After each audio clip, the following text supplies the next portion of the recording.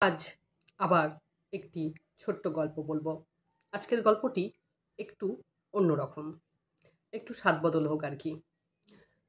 একদিন একজন ভিক্ষুক স্টেশনে ভিক্ষা করে।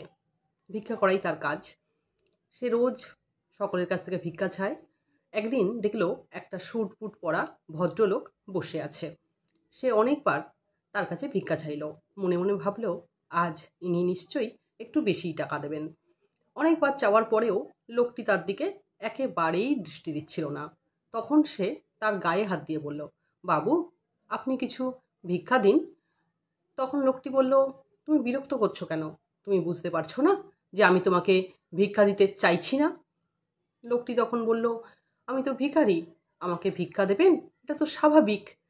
তখন লোকটি বলল, আমি যে তোমাকে ভিক্ষা দেব, তার বদলে তুমি আমায় কি দেবে? এবার কিন্তু ভিক্ষুকটি বেশ অবাক হয়ে গেল। এ কি কথা? আমি ভিখারি, আমি ভিক্ষা করে বেড়াই, আমি আবার আপনাকে কি দিতে পারি? এই ভেবে সে অবাক হচ্ছে। লোকটি বলল যে, যদি তুমি কিছু দিতেই না পারো, তাহলে চাওয়ার অভ্যাসটাও ছেড়ে দাও। এই কথাটি বলে লোকটি কিন্তু উঠে চলে গেল। ভিক্ষুকটি কিন্তু হঠাৎ করে ভাবতে লাগলো কথাটি নিয়ে, যে এই ব্যক্তি তাকে কি এমন বললেন, কথাটার মানেই বা কি? আমি ভিখারি, আমি সত্যিই তো কি দিতে পারি? আমি তো ভিক্ষা চাই, লোকে আমাকে ভিক্ষা দেয়। ভাবতে ভাবতে সেদিনকে তার আর ভিক্ষা করা হলো না। রাত্রের বেলা যখন সে ঘুমিয়ে আছে, সে কিন্তু ওই ভদ্রলোকের কথা নিয়ে আবার ভাবতে থাকলো। হঠাৎ করে তার মাথায় একটা বুদ্ধি খেলে গেল। সকালবেলায় সে ঘুম থেকে উঠে চারপাশে তাকিয়ে দেখলো গাছে সুন্দর সুন্দর ফুল ফুটে রয়েছে। সে সেই ফুলগুলোকে তুলে নিল এবং যথারীতি স্টেশনে গেল ভিক্ষা করতে। আজ কিন্তু তাকে যেই ভিক্ষা দিচ্ছিল, সে সঙ্গে সঙ্গে একটা করে ফুল উপহার দিচ্ছিল। তার এই অবস্থায় অন্যরা বেশ অবাক হচ্ছিল এবং সেদিন কিন্তু তার ইনকাম একটু বেশিই হলো, কেননা লোকেরা বেশ আনন্দ পাচ্ছিল। যে তাকে ভিক্ষা দিচ্ছে, সে তাকে ফুল দিচ্ছে। সেদিন তার আবার সেই লোকটির সঙ্গে দেখা হলো, যে তাকে কাল এই কথাটি বলেছিল। ভিক্ষুকটি আবার তার কাছে গেল এবং ভিক্ষা চাইল এবং বলল যে, আজ কিন্তু আমি শুধু ভিক্ষা চাইছি না, ভিক্ষা দিলে আমি কিন্তু বদলে একটা ফুলও দিচ্ছি। লোকটি এবার খুব খুশি হলো এবং বলল, এই তো বেশ, তুমি বিজনেস শিখে গেছো, তো লেনদেনের ব্যাপারটা ভালো শিখে গেছো। বলে সে বেশ কয়েক টাকা তাকে ভিক্ষা দিল এবং ফুল নিয়ে চলে গেল।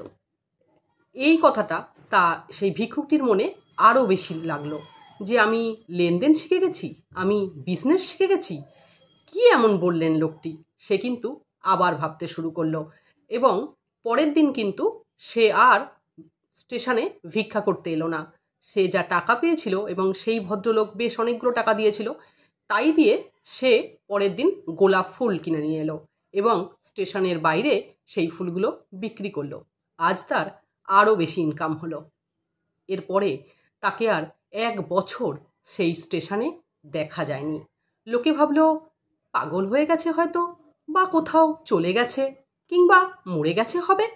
আসলে না, লোকটি বিজনেস করছিল, ব্যবসা করছিল।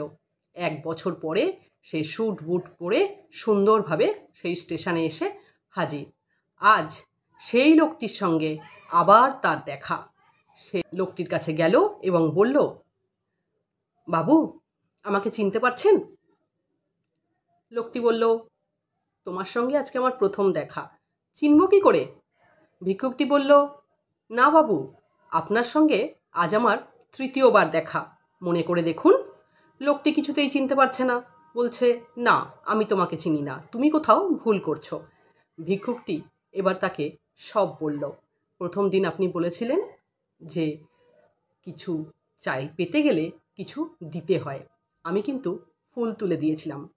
দ্বিতীয় দিন আপনার সঙ্গে যখন দেখা হয়েছিল, আপনি বলেছিলেন যে আমি বিজনেস শিখে গেছি, তাই আমি বিজনেস করেছি তারপরে, এবং আজ আমি একটা বড় কোম্পানি তৈরি করেছি এবং আমার বাজারে অনেকগুলো ফুলের দোকান আছে।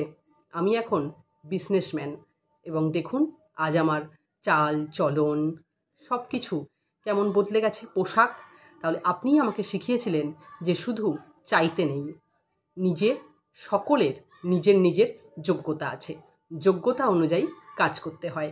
শুধু আমরা অনেক সময় নিজের যোগ্যতাটা বুঝে উঠতে পারি না, তাই কেউ যদি ধরিয়ে দেয় তাহলে কিন্তু খুব সুবিধা হয়।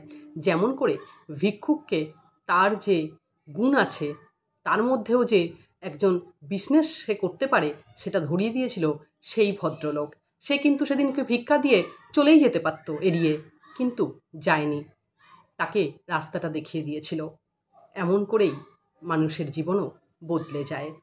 তাই সকলের কথাই সময়ে সময়ে শুনতে হয়, সেই কথাটাকে ভাবতে হয়, তাহলে কিন্তু তোমার ভিতরের গুণটিও প্রকাশ পাবে।